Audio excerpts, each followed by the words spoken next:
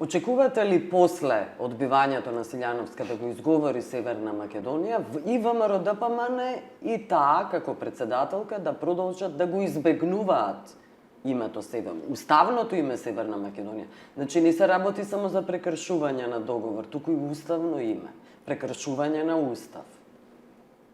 Па добро, јас сега не сум видовид за да унапрезнам што ќе прават тие. Дали ќе продолжат со таа политика? Понекогаш ја не сакам да правам некоја вака навредлива дистинкција, но пијаниот не може да се предвиди што ќе прави. И тука јас единствено може да кажам што треба да се прави. А тоа што треба да се прави, значи да се почитуваат меѓународни договори. Ако таа како професорка по уставно право, иако мислам дека е по локална самоуправа, но по време веројатно предавала и уставно право, вели дека прво начело на нејзиното политичко дејствување е владење на правото. Тоа значи да се почитуваат норми, комплетно иерархијата, пирамидалната иерархија. Ако тоа не го прави, значи што е владење на право? Значи ако вие го прекршувате договорот, тој е дел од правниот, внатрешниот правен поредок со ратификацијата, тој станува дел од внатрешниот правен поредок, тој договор. Вие го прекршувате, значи вие дури го прекршувате како институција, не како поединец.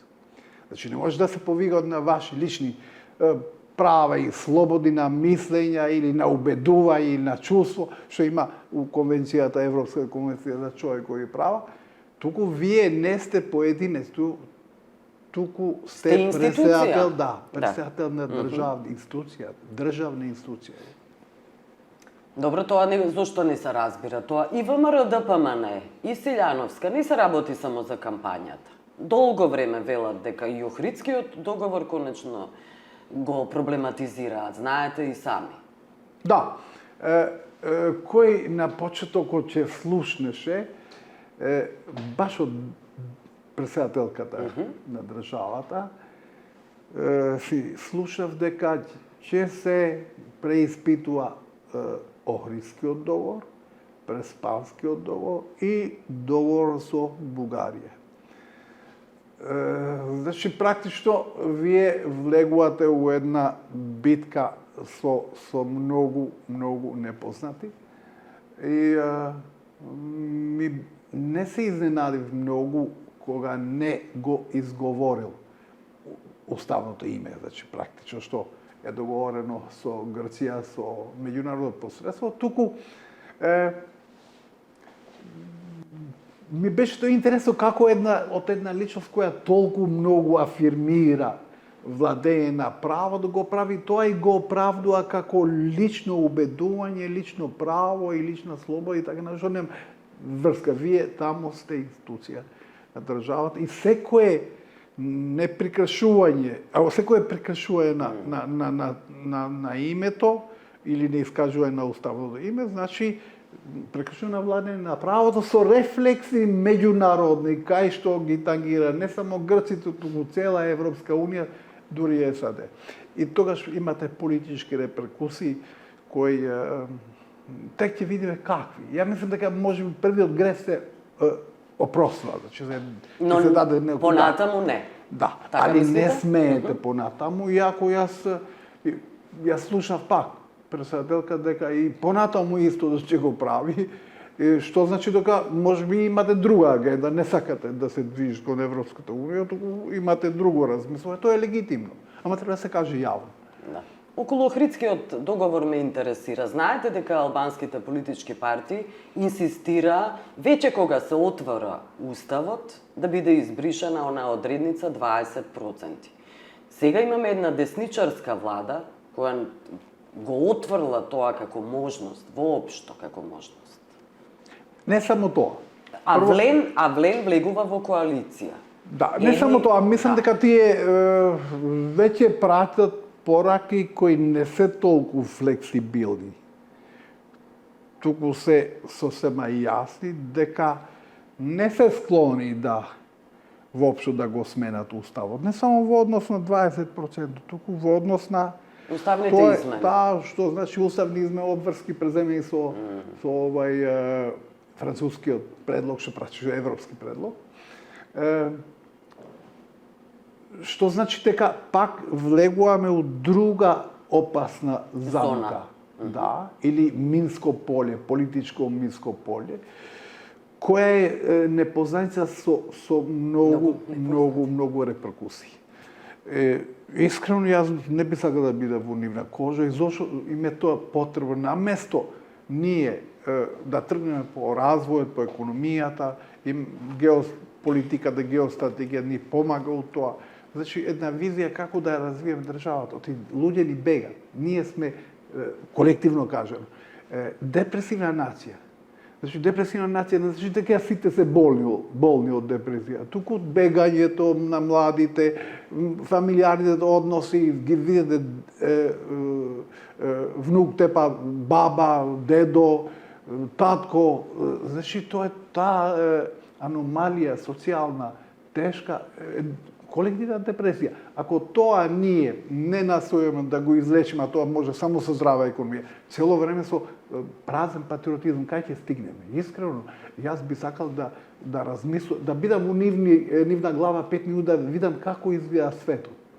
Значи, да ја водите државата у тотална затвореност, тоа значи да ја води у тотална пропаст. Како не добивавме лекција?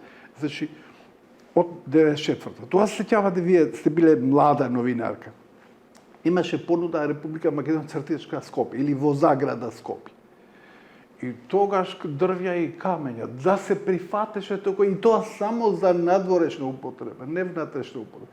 Значи многу полесно ќе поминавме пред 30 години практично.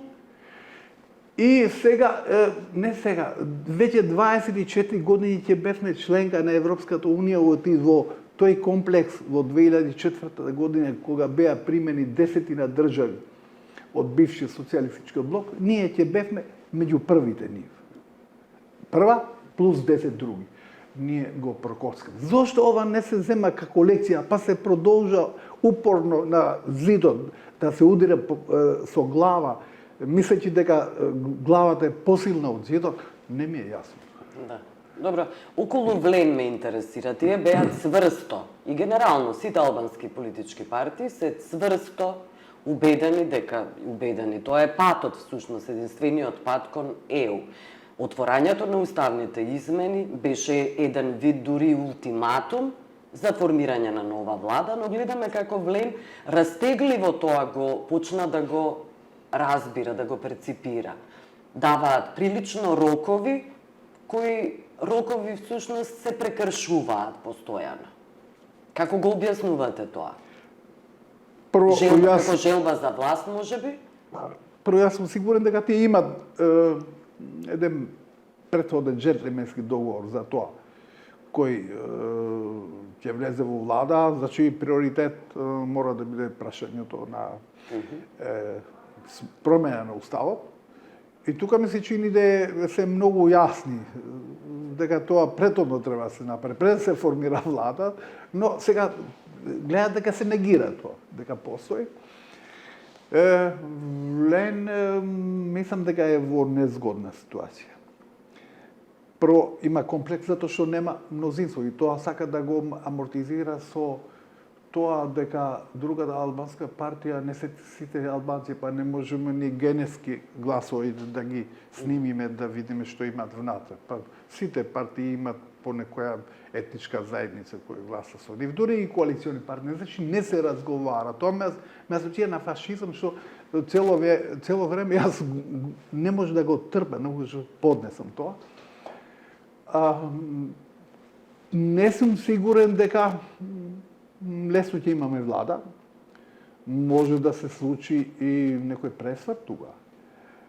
Оти, например, мислам дека Курти и партијата е негова, предпоставувам дека сугерирал да се гласа за левичар, како што како што е председател на поранешниот председател на државата, господин Пендаровски, но не верувам дека оваа структура го имплементира тоа, го реализира. Значи, напротив, има индикации дека е изгласано професорката Давкова. И изгледа дека тие се луди поради тоа и претпоставам дека и внатре во Влен имат една компонента која се повикува на самоопределување. Тој не го гледам дека иде на состаноци на таа влада, така што стварно ќе има проблеми кои ќе биде дел од влада. Добро, Таравари имаше средба со ванхоите, тоа знаете, се состануваат некакво македонски, бугарски комисии во кои е влезан и ванхоите, и тоа е надежта всушност да се омекне бугарската страна и да се добијат некакви гаранции од меѓународната заедница. Верувате ли дека е можно, гледајќи ги изјавите на Румен Радев дека не одбиваат било какви промени? Мислам дека ако има од наша страна искрена волја, тоа е изводливо. Значи, ако сакат да имате потреба за покритие, да нешто попушта другата страна. Така е. За да вие да може да пристапите, окей, се согласуваме за уставни измени, значи треба претходно да направите нешто што е лесно за нив, ама може да се продаде скапо тука на овдешната јавност. Полесно за нив и која може да се продаде скапо тука е некоја изјава службена од Бугарија дека ќе ги почитува одлуките на Судот за човекови права за страната во однос на малцинството, македонско малцинство во Бугарија. Тоа е можно. Друго, дека ќе смените договор, дека ќе смените, не знам, преговорите, рамковните преговарачката рамка. Не верувам дека тоа е толку сложно да дури да има политичка воля ви треба 5-6 месеци. А кога немате политичка воля нема шанс. Оти вие треба тогаш да преговарате не само со институциите на Европската унија, треба да преговарате и со поединечните држави членки на Европската унија. Оти така преговори се обично се водат со државите членки, секоја поединечно. А тоа е дел од преговарачката рамка. Да. Добро, и последните прашања околу СДСМ. Видовме дека Ковачевски одбива да даде оставка и неразбирливо е зошто. Но гледајќи ги неговите изјави, може би се однесува на тоа дека само 2 години бил тој на власт и практично ја наследил онаква каква што е партијата, говорејќи за лоши кадровски политики и така натаму, кои тој можел да ги смени конечно. Мислам дека безоглед на тоа кога сте ја преземале партијата, ако има поминато некој разумен мандат, значи 2 години не се малце, нели? Дури лидерот кој има креативна енергија и знае тоа да го продаде на јавност. Е многу битно да го продаде на јавност и јавност да го абсорбира. Значи, ако тоа не сте успееле за година дена, нема да успеете за 10 години. Значи, дено се гледа по утрото. Значи, за мене, за 3-4 месеци одма се чита лидерот кој има силна, може да влече. Тоа е реалност. А сега, за жал, СДСМ не пропадна до тој ниво поради тоа што нема големи заслуги. Напротив, има добри заслуги. Се снаша во многу лоши ситуации, економски, енергетски, па и пандемија, па и со името, значи пожртвува многу што. Но граѓаните тоа не го видоа. Тоа е друго прашање, значи дали требаше да се знае, да се објасни зошто не го видеа луѓето. Кои се причините. Значи мора, не дека е било идеално, многу што било, значи со големи пропуси. Но сепак доброто е многу поголемо тоа што им се фактурира како гласови сега. Правдата беше во прашање, знаете и сами. Да. Значи, а зошто не може тоа да го направат како што треба? Да се стопира веднаш со едни постапки, да си направиме критериуми. Јас често го зборам, клучот на развојот на секое општество и држава е мери системот. Ако тоа го имате, значи имате и добро образование, и добро здравство, и се, значи прво владиното влијание во однос на тоа како се примат луѓето во јавните служби и како напредуваат до највисоките звања, освен министер и заменик, тоа е политичка структура. Значи, тука е мери системот кај што власта се трга на страна општествени сегменти, вклучително и познати публицисти, новинари кои учествуваат со некакво здружение, и тогаш се избира тој слој кој заслужува. Тоа е прва терапија за да заздрави општеството. Тоа не е направено, не знаеме кога ќе се прави. Да. Има неколку кандидати за тронот, така да го наречеме, во СДСМ.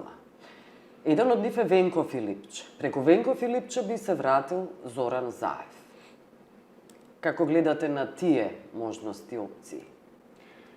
Се може, не знам како ќе тие ќе се договорат, ама најдобро решение е да видат некое, не знам, што ни ги тангира групите таму. Оти, ако почне пак да се размислува во насока на тоа дека победи ова група, овој лоби загуби другиот лоби или третиот или четвртиот, значи од тоа ништо не се прави. Тие сериозно треба заедно да седнат и да најдат личност. Тоа од ракав не може толку лесно да се најде, но стварно ако имат добра енергија треба да најдат добра локомотива. Ним им треба локомотива која влече.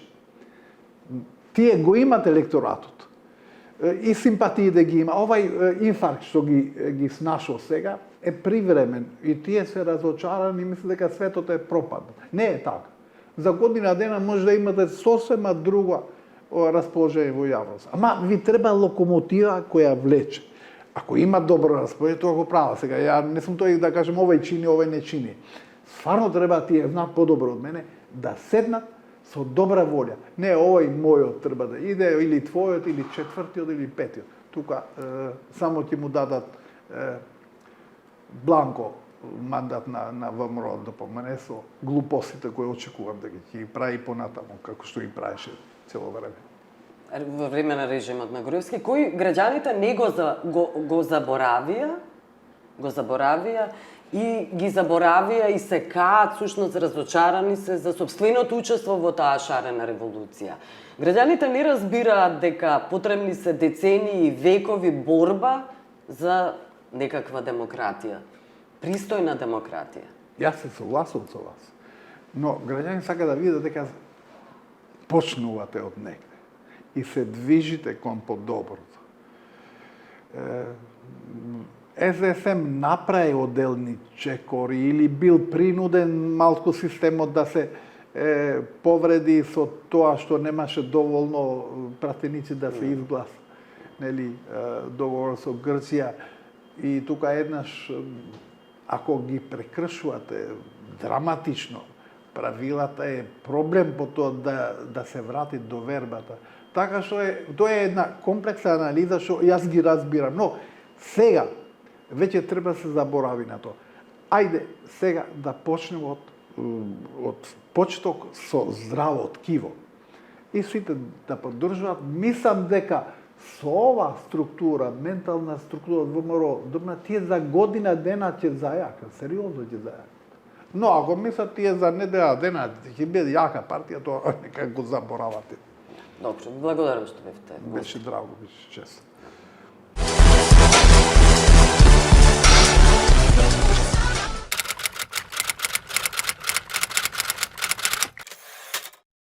Текот на гласањето за председателските и парламентарните избори беше за пример. Резултатите јасни, но во перспектива за земјата се најавуваат тешкотии. По првичните честитки за убедливата победа, одбивањето на новоизбраната председателка Гордана Силјановска-Давкова да го користи официјалното име на земјата за време на нејзината инаугурација предизвика реакции во Грција, Бугарија и на други места во Европа и Соединените американски држави, бидејќи за некои тоа представува преиспитување на договорот од Преспа.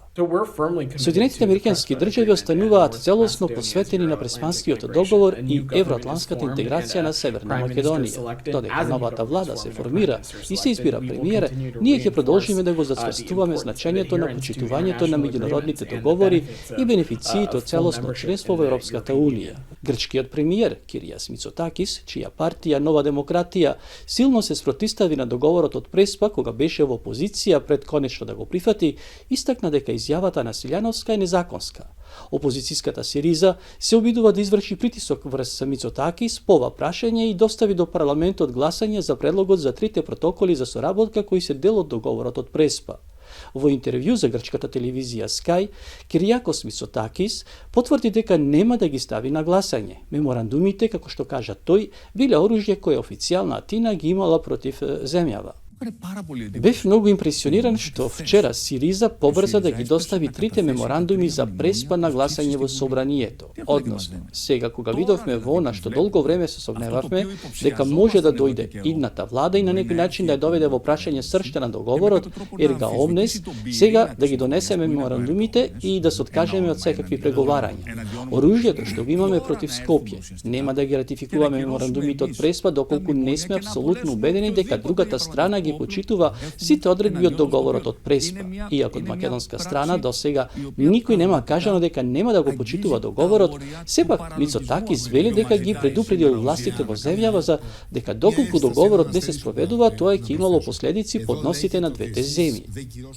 Бугарија исто така предупредува. Бугарија не прифаќа изјави и однесувања што се против договорот за пријателство, соседство и соработка со Северна Македонија од 2017 и сите други меѓународни текстови што ги има подпишано Република Северна Македонија, пишува во изјавата на бугарскиот претседател Румен Радев. Убеден сум дека европската перспектива на Северна Македонија зависи од строгата примена на меѓународните договори на кои таа е страна, како и од преговарачката рамка одобрена од Европскиот совет во јули 2022 за управување на надлежните институции на Република Северна Македонија. Нема да се промени, додаде Радев. Бугарија категорично одбива да го укине единствениот услов што го постави на Северна Македонија за почеток на пристапните преговори со Европската Унија, а тоа е вклучувањето на бугарите меѓу малцинствата наведени во уставот на Северна Македонија. Портпаролот на Европската комисија за надворешни работи и безбедносна политика Петер Стано истакна дека Европската Унија очекува од новите власти во Северна Македонија да покажат посветеност на европската еднина и да продолжат по успешниот пристапен пат. Да, го видовте твитот на председателката фон дер Лајен. Ја видовте нашата изјава за несреќниот настап на новата председателка која не го спомена уставното име на земјата во давањето заклетва. Она што се очекува од Северна Македонија беше многу јасно наведено во последниот извештај за проширувањето во кој пишува дека во делот на регионалната соработка земјата одржала добри односи со другите држави од процесот на проширување и го продолжила учеството во регионалните иницијативи.